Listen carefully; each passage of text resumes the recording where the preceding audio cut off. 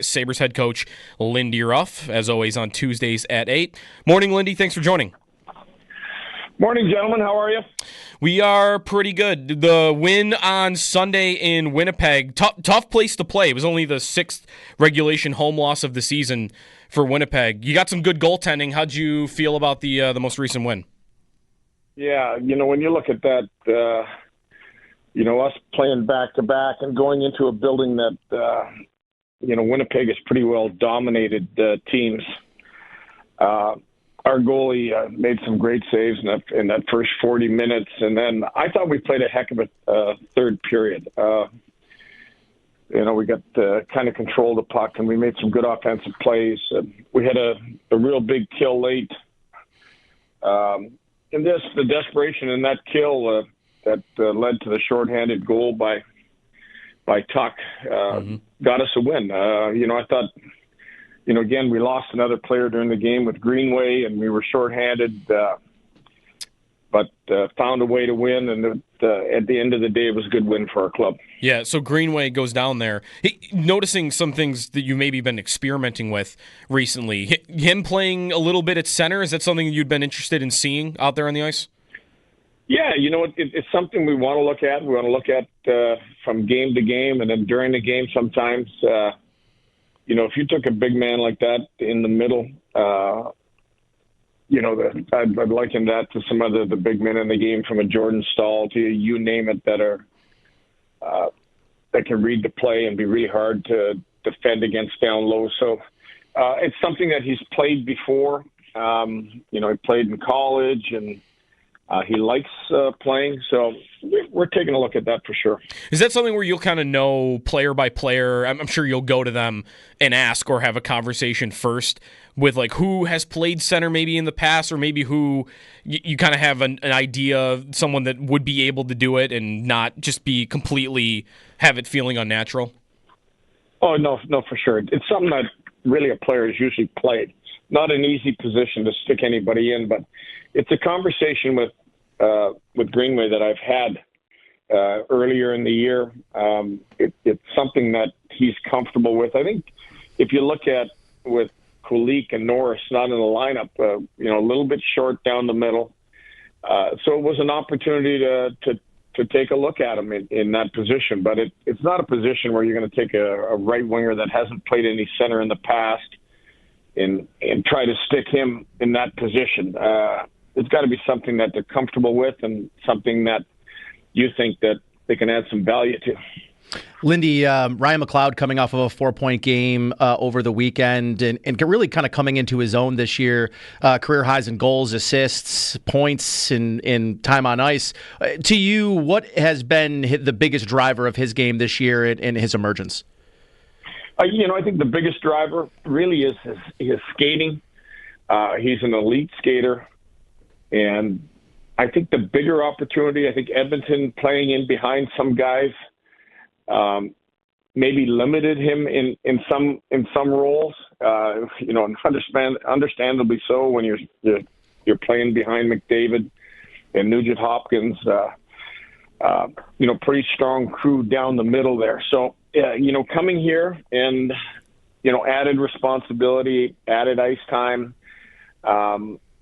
Kind of finding his way, got off to a good start. Then we lost a couple players and lines kind of changed, but I think he's really found himself this last, I'd say 25, 30 games. He's played very well for us. Talking about down the middle, a little thin. Is there any update on Josh Norris, his status tonight and this week? Yeah, no. I mean, Josh won't be in the lineup. He's still continuing with the off-ice treatment. He won't skate with us today. Kulik has been skating for 3 days. Been doing the off-ice workouts, on-ice workouts with our skill coach here while we were away. Had a couple really demanding the skates. We're going to get him. We're going to get him into a full contact scenario this morning and see how he is. But in discussions with Kulik this morning, it looks like he'll be able to play if the morning skate goes well. All right, so we'll see about Kulich then tonight. Lindy Ruff on the Western Hotline. Norris has only played the 3 games so far. Tonight it's Ottawa, the team that the trade happened with at the deadline. And for Norris, in those 3 games, the limited amount of time you have been able to see him, are you seeing the skills displayed that are the reasons that he was acquired? The shot, the skating down the middle. How have you liked his game in the time you have seen him? Yeah, I think we saw what we thought we were going to get. I think that, obviously the final game he played, he was a little bit hampered with what he's dealing with. So, I don't think we've seen the real Norris yet. I think I saw what he got in the face-off dot a few times. One key face-offs, got up ice, made a heck of a play on the goal to Thompson, and then, scored the inside goal. So I think you're looking at a guy that was limited and still was a guy that was able to get in on plays, and a guy that's going to be able to kill penalties for us. When you look at it, just a two-way center that has got some real good offense, and we consider an elite skater. On the other side of that trade, so Dylan Cozens, he's had some good success early in the few games he's played. I almost wonder from your player's point of view, Lindy, what it would be like when you're first playing against a guy. This would be more true of like Thompson, Dahlin, the guys that have been here. Someone you've been a teammate of for 5 years or more, and you're playing against them for the first time, especially when he was on the team only, a few weeks ago. Yeah, I think that is always hard. I think, really well-liked guy and, good teammate for all the guys you've mentioned that have been around him for, the last 4 or 5 years. And now you're coming back into, what was your home building. I always think it's not an easy situation, but a situation where a player always wants to come back in and try to play the best he possibly can.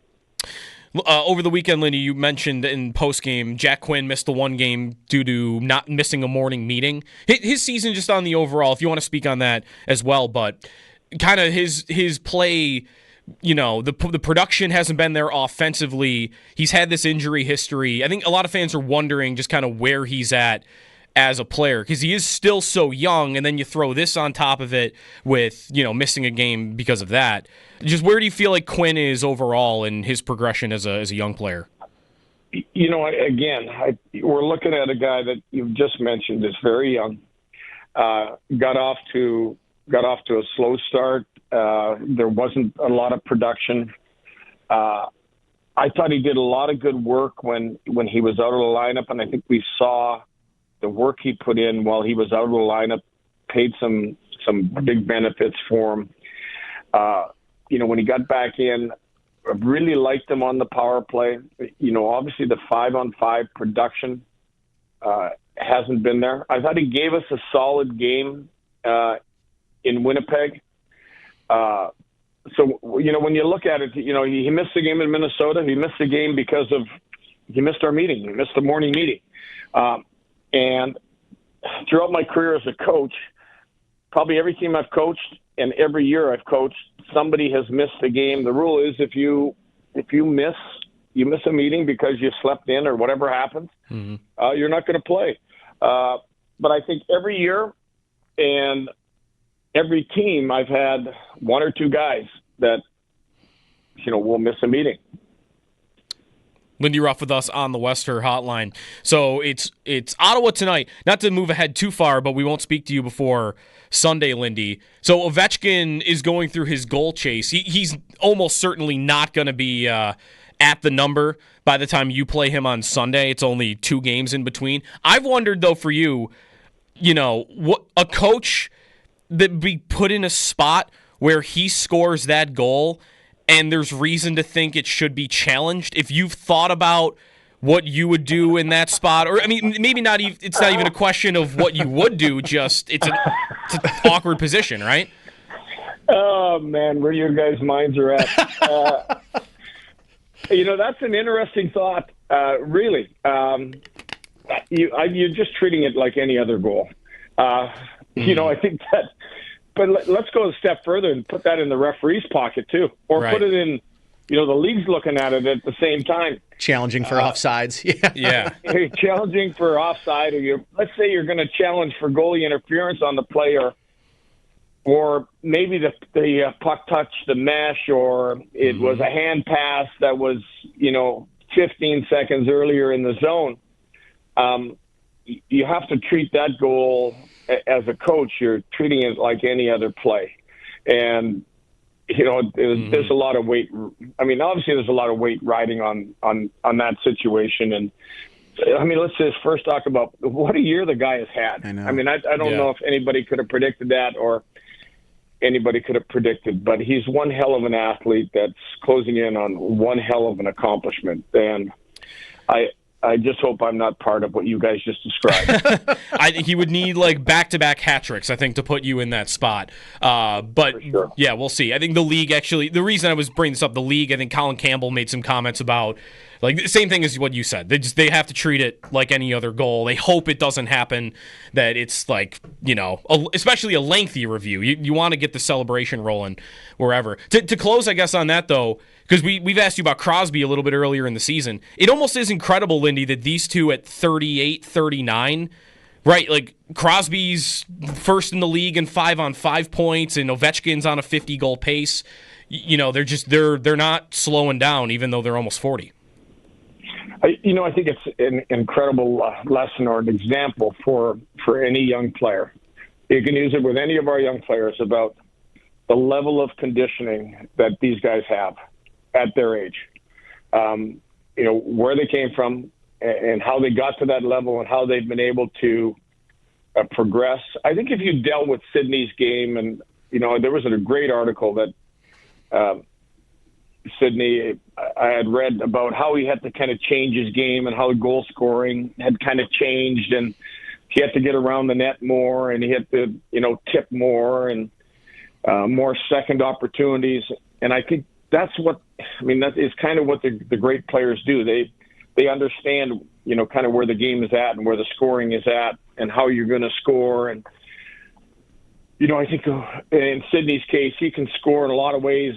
He doesn't have the dynamic shot that an Ovechkin has, but he probably has a dynamic backhand that has scored more backhand goals than maybe Ovechkin has. So you've got two players that over the number of years they've played, and at this stage of the game are still elite players, is incredible. Yeah. Lindy Ruff with us. Lindy, good luck in Ottawa tonight, and we'll talk to you soon. Thank you. Lindy Ruff.